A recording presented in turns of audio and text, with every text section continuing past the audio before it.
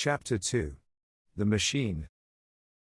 The thing the time traveler held in his hand was a glittering metallic framework, scarcely larger than a small clock, and very delicately made. There was ivory in it, and some transparent crystalline substance. And now I must be explicit, for this that follows, unless his explanation is to be accepted, is an absolutely unaccountable thing. He took one of the small octagonal tables that were scattered about the room, and set it in front of the fire, with 2 legs on the hearthrug. On this table he placed the mechanism. Then he drew up a chair and sat down. The only other object on the table was a small shaded lamp, the bright light of which fell upon the model. There were also perhaps a dozen candles about, 2 in brass candlesticks upon the mantel and several in sconces, so that the room was brilliantly illuminated. I sat in a low armchair nearest the fire, and I drew this forward so as to be almost between the time traveler and the fireplace. Philby sat behind him, looking over his shoulder. The medical man and the provincial mayor watched him in profile from the right, the psychologist from the left. The very young man stood behind the psychologist. We were all on the alert. It appears incredible to me that any kind of trick, however subtly conceived and however adroitly done, could have been played upon us under these conditions. The time traveler looked at us, and then at the mechanism. "Well?" said the psychologist. "This little affair," said the time traveler, resting his elbows upon the table and pressing his hands together above the apparatus, "is only a model. It is my plan for a machine to travel through time.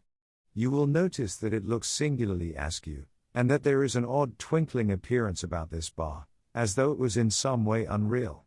He pointed to the part with his finger. "Also, here is one little white lever, and here is another." The medical man got up out of his chair and peered into the thing. "It's beautifully made," he said. "It took 2 years to make," retorted the time traveler.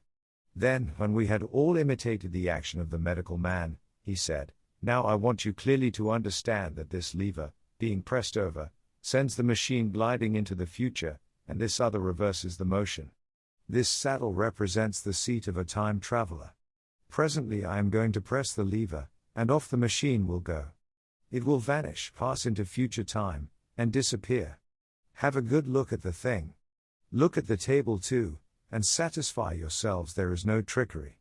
I don't want to waste this model, and then be told I'm a quack." There was a minute's pause perhaps. The psychologist seemed about to speak to me, but changed his mind. Then the time traveler put forth his finger towards the lever. "No," he said suddenly. "Lend me your hand." And turning to the psychologist, he took that individual's hand in his own and told him to put out his forefinger.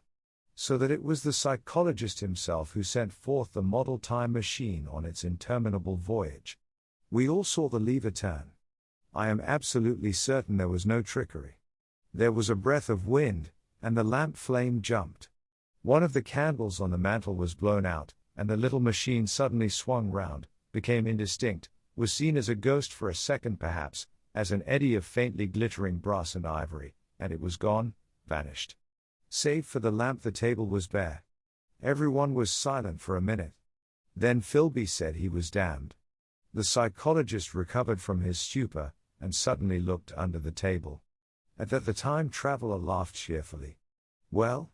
he said, with a reminiscence of the psychologist. Then, getting up, he went to the tobacco jar on the mantel, and with his back to us began to fill his pipe. We stared at each other. "Look here," said the medical man, "are you in earnest about this? Do you seriously believe that that machine has traveled into time?" "Certainly," said the time traveler, stooping to light a spill at the fire. Then he turned, lighting his pipe, to look at the psychologist's face. The psychologist, to show that he was not unhinged, helped himself to a cigar and tried to light it uncut. "What is more, I have a big machine nearly finished in there." He indicated the laboratory, "and when that is put together I mean to have a journey on my own account." "You mean to say that that machine has traveled into the future?" said Philby. "Into the future or the past, I don't, for certain, know which." After an interval the psychologist had an inspiration. "It must have gone into the past if it has gone anywhere," he said. "Why?" said the time traveler. Because I presume that it has not moved in space, and if it traveled into the future it would still be here all this time, since it must have traveled through this time. But, said I, if it traveled into the past it would have been visible when we came first into this room, and last Thursday when we were here, and the Thursday before that, and so forth. Serious objections, remarked the provincial mayor, with an air of impartiality, turning towards the time traveler. Not a bit, said the time traveler, and, to the psychologist, you think? You can explain that. It's presentation below the threshold, you know, diluted presentation. Of course, said the psychologist, and reassured us. That's a simple point of psychology. I should have thought of it. It's plain enough, and helps the paradox delightfully. We cannot see it, nor can we appreciate this machine, any more than we can the spoke of a wheel spinning, or a bullet flying through the air. If it is traveling through time 50 times or 100 times faster than we are, if it gets through a minute while we get through a second, the impression it creates will of course be only 1/50th or 100th of what it would make if it were not traveling in time. That's plain enough. He passed his hand through the space in which the machine had been. You see, he said, laughing. We sat and stared at the vacant table for a minute or so. Then the time traveler asked us what we thought of it all. It sounds plausible enough tonight, said the medical man, but wait until tomorrow. Wait for the common sense of the morning. Would you like to see the time machine itself? Asked the time traveler. And therewith, taking the lamp in his hand, he led the way down the long, draughty corridor to his laboratory. I remember vividly the flickering light, his queer, broad head in silhouette, the dance of the shadows, how we all followed him, puzzled but incredulous, and how there in the laboratory we beheld a larger edition of the little mechanism which we had seen vanish from before our eyes. Parts were of nickel, parts of ivory, parts had certainly been filed or sawn out of rock crystal. The thing was generally complete, but the twisted crystalline bars lay unfinished upon the bench beside some sheets of drawings, and I took one up for a better look at it.